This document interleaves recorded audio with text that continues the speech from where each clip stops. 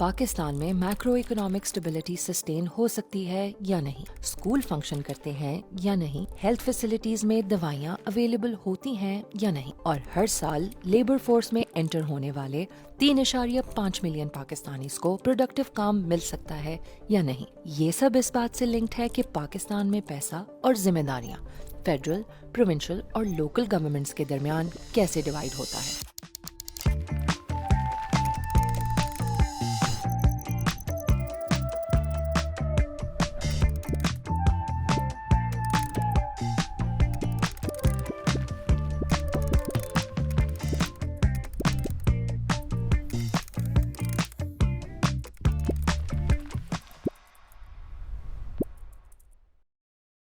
مالی سال 25 میں پاکستان کی حکومت نے تقریباً 11.74 ٹریلین پاکستانی روپیز ریونیو جمع کیا تھا۔ یہ وہ پیسہ ہے جس سے اسٹیٹ چلتی ہے، یعنی وہ پیسہ جو قرضوں کی ادائیگی، salaries, pensions, defence, welfare programmes, infrastructure, schools اور ہاسپٹل کے لیے استعمال ہوتا ہے۔ لیکن ان خرچوں کو سمجھنے سے پہلے یہ سمجھنا ضروری ہے کہ پاکستان کی حکومت کا سٹرکچر کیا ہے۔ پاکستان صرف ایک گورنمنٹ سے نہیں چلتا، یہاں وفاقی حکومت، صوبائی حکومتیں اور لوکل گورنمنٹس ہیں، اور ہر لیول کی اپنی ریسپانسبلٹیز ہیں۔ لیکن سوال یہ ہے، جو 11.74 ٹریلین پاکستانی روپیز کلیکٹ ہوتے ہیں وہ ان مختلف لیول آف گورنمنٹ کے درمیان کیسے تقسیم ہوتے ہیں تاکہ ہر گورنمنٹ اپنی ذمہ داریاں پوری کر سکے۔ اس سسٹم کو براڈلی فسکل فیڈرلزم کہا جاتا ہے۔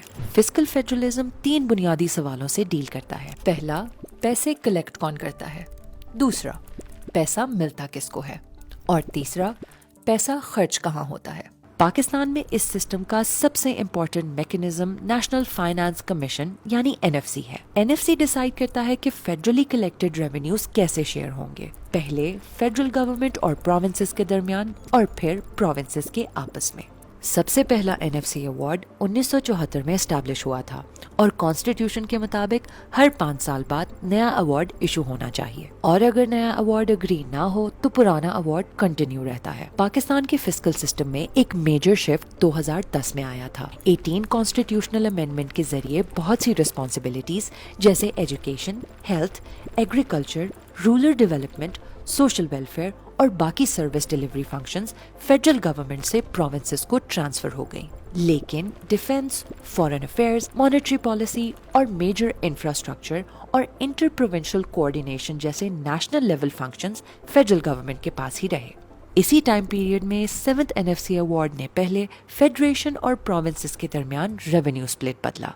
پروونسز کا شیئر بڑھا کر 57.5% کر دیا، جبکہ فیڈرل گورنمنٹ کا شیئر 42.5% رہ گیا۔ پھر پروونسز کے درمیان پیسوں کی تقسیم کے لیے پاپولیشن اونلی فارمولا کے بجائے ایک ملٹی فیکٹر فارمولا انٹروڈیوس ہوا۔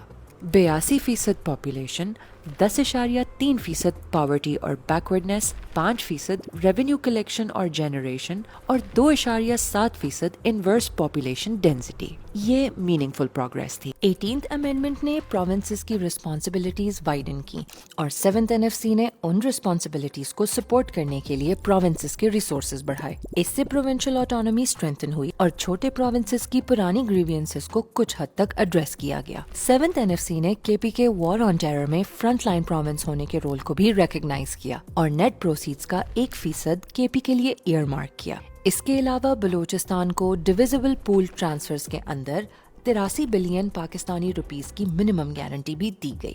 2010 ریفارمز پروونشل آٹونومی کی طرف ایک امپورٹنٹ شفٹ تھا، لیکن جب ورلڈ بینک پاکستان کے فسکل فیڈرلزم ارینجمنٹ کو انٹرنیشنل نارمز اور گڈ پریکٹسز سے کمپیئر کرتا ہے تو 4 ایریاز میں میجر گیپ سامنے آتے ہیں۔ پہلا ایریا ہے ایکسپینڈیچر اسائنمنٹس۔ سمپل الفاظ میں اس کا مطلب ہے کون سی سروس کس لیول آف گورنمنٹ کی ذمہ داری ہے۔ تھیوری میں سروسز اس گورنمنٹ لیول کے پاس ہونی چاہیے جو انہیں سب سے بہتر ڈیلیور کر سکے اور جہاں اکاؤنٹیبلٹی کا لوپ سب سے کلیئر ہو۔ ڈیفنس اور فارن افیئرز وفاق کے پاس ہوتے ہیں، لیکن schools, clinics, local roads, sanitation جیسی سروسز اکثر پروونشل یا لوکل لیول پر بہتر ڈیلیور ہوتی ہیں۔ 18th امینڈمنٹ اسی ڈائریکشن میں ایک قدم تھا۔ لیکن ورلڈ بینک کے مطابق مس الائنمنٹس اب بھی موجود ہیں۔ مس الائنمنٹ یہ ہے کہ فیڈرل گورنمنٹ اب بھی کچھ ڈیوالوڈ ایریاز میں آپریٹ کرتی ہے اور لوکل گورنمنٹس انہیں اب بھی کلیئرلی ڈیفائنڈ پاورز اور ایڈیکویٹ فنڈنگ نہیں ملتی۔ دوسرا ایریا ہے ریونیو اسائنمنٹس، یعنی کس لیول آف گورنمنٹ کو کون سا ٹیکس کلیکٹ کرنا چاہیے۔ انٹرنیشنل بیسٹ پریکٹسز کے مطابق ٹیکس کلیکشن اس گورنمنٹ لیول کے پاس ہونی چاہیے جو سب سے بہتر اور ایفیشینٹ طریقے سے پیسے کلیکٹ کر سکے تاکہ کمپلائنس کاسٹ کم ہو، ٹیکس ایویژن کنٹرول ہو اور ریونیو کلیکشن بہتر ہو۔ 18th امینڈمنٹ نے پروونشل ٹیکس اتھارٹی کو اسٹرینتھن کیا۔ پروونسز کو جی ایس ٹی آن سروسز کا کنٹرول ملا، پراپرٹی ٹیکسز ان کے ڈومینز میں آئے اور آئل، گیس اور منرلز جیسی نیچرل ریسورسز ایکسٹریکشنز پر لائلٹیز بھی پروونسز کو اسائن ہوئی۔ لیکن اس کے ساتھ پاکستان کا ٹیکس سسٹم اور بھی فریگمنٹڈ ہو گیا۔ G S T on goods federal subject ہے، G S T on services provincial subject ہے، انکم ٹیکس فیڈرل ہے لیکن ایگریکلچر انکم ٹیکس پروونشل ہے۔ اس کا ریزلٹ ہے کمپلیکسٹی، زیادہ کمپلائنس کاسٹ اور ویک ریونیو کلیکشن۔ رپورٹ کے مطابق ایگریکلچر پاکستان کی جی ڈی پی کا تقریباً 20% حصہ ہے، لیکن agricultural income tax largely collect ہی نہیں ہوتا۔ Urban immovable property tax G D P کا صرف 0.13% جنریٹ کرتا ہے، جبکہ کمپیریبل کنٹریز میں یہ عام طور پر 0.3% سے 0.6% آف جی ڈی پی کے درمیان ہوتا ہے۔ تیسرا ایریا ہے فیڈرل پروونشل ٹرانسفرز۔ یہاں این ایف سی سب سے ڈائریکٹلی ریلیونٹ ہے۔ Current N F C system provinces کو پریڈکٹیبل ریسورسز دیتا ہے، ان کا ریونیو شیئر پروٹیکٹ کرتا ہے اور پروونشل آٹونومی کو سپورٹ کرتا ہے، لیکن ورلڈ بینک کے مطابق یہ سسٹم فنکشنل نیڈز کے ساتھ 3 طریقوں سے مس الائنڈ ہے۔ پہلا، فائنانسنگ نے فنکشن کو فالو نہیں کیا۔ سمپل ٹرمز میں جس لیول آف گورنمنٹ کے پاس سروس ڈیلیور کرنے کی ذمہ داری ہے، ضروری نہیں کہ اس سروس کو فنڈ کرنے کے لیے ریکوائرڈ پیسہ بھی ہو۔ 7th NFC کے بعد فیڈرل ریسورسز کم ہوئے لیکن فیڈرل ریسپانسبلٹیز اسی پروپورشن میں کم نہیں ہوئیں اور کرونکلی ویک ریونیو پرفارمنس کے ساتھ اس مس میچ نے اسٹرکچرل فیڈرل فسکل ڈیفیسٹ کو بڑھا دیا۔ دوسرا، پروونسز کے درمیان پیسہ تقسیم کرنے والا transfer formula genuine equalisation achieve نہیں کرتا۔ The objective of transfers and systems like the NFC should be to eventually equalize outcomes, as in the quality and quantity of services that the state provides to its citizens, and the capacity to provide equal opportunities to its citizens as well. The capacity, say, of the government of KP to, one, collect revenue, deliver services, is not necessarily the same as of that of the government of Punjab or Sindh. In addition to that, the incidence of poverty also differs considerably between different provinces of the country. It is known that, for example, poverty incidence is considerably higher in Balochistan than in other parts of the country. Therefore, the transfer system should be used to compensate these differences and enable provincial government to provide additional services where, say, poverty incidence is higher and where public services are more needed, and also to compensate the fact that local revenue generation also differs, and also the capacity to collect it differs considerably across different parts of the country. Formula اب بھی زیادہ تر population پر مبنی ہے، اسی وجہ سے چھوٹے یا لیس ڈیولپڈ پروونسز کو وہ سپورٹ نہیں ملتی جو انہیں پاورٹی، انفراسٹرکچر گیپس اور سروس ڈیلیوری نیڈز کو ایڈریس کرنے کے لیے چاہیے۔ اور تیسرا، یہ سسٹم پروونسز کو زیادہ ٹیکس کلیکٹ کرنے پر یا بہتر سروسز ڈیلیور کرنے پر میننگ فلی انسینٹیوائز نہیں کرتا۔ چوتھا ایریا ہے لوکل گورنمنٹ۔ یہ بہت امپورٹنٹ ہے کیونکہ لوگ جو سروسز ایکچولی ایکسپیرینس کرتے ہیں، جیسے کہ local roads, sanitation, primary health care, local schools, ان کا بہت بڑا حصہ لوکل لیول پر ڈیلیوری پر ڈپینڈ کرتا ہے۔ لیکن رپورٹ کے مطابق پاکستان میں local governments fiscally dependent, institutionally unstable اور پروونشل ڈسکریشن کے نیچے سب آرڈینیٹ رہتی ہیں۔ اس کی ایک وجہ یہ ہے کہ کانسٹیٹیوشن لوکل گورنمنٹ کو پروونشل سبجیکٹ کے طور پر ریکگنائز کرتا ہے، یعنی ہر پروونس اپنا لوکل گورنمنٹ سسٹم خود ڈیزائن کرتا ہے، لیکن لوکل گورنمنٹ فارم کرنے کا کوئی یونیفارم اسٹرکچر نہیں ہے۔ ہر پروونس اپنے رولز، پاورز، فنڈنگ ارینجمنٹس اور ٹائم لائنز کے مطابق سسٹم چلاتا ہے۔ نتیجہ یہ ہے کہ لوکل گورنمنٹس اکثر انسٹیبل رہتی ہیں، ان کے پاس پریڈکٹیبل فنڈنگ نہیں ہوتی اور ان کی اتھارٹی پروونس ٹو پروونس بہت ان ایون ہوتی ہے۔ پھر